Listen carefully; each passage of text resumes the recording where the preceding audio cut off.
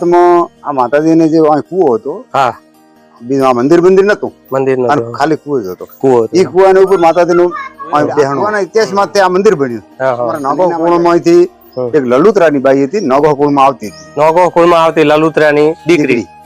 એટલે એને પાણી ભરવાનું નહીં, હાહુ ડોશી મેલી આઠમથી નોરતો નહીં.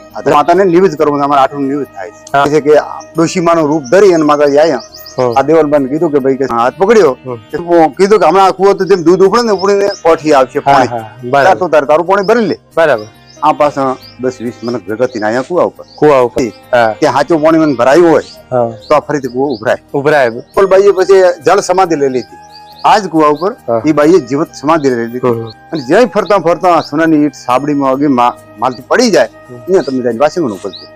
પછી અહીંયાથી પાટણ દાતા ને પાટણ થી ઉપડી આવેલે ઉપરા કરીને ગામ છે, ઊંઝા કરીને ઊંઝાથી પલ્લી સાઈડ ઉપરા કરીને ગામ છે. અને એનામાં રાક્ષસ રહેતો હતો.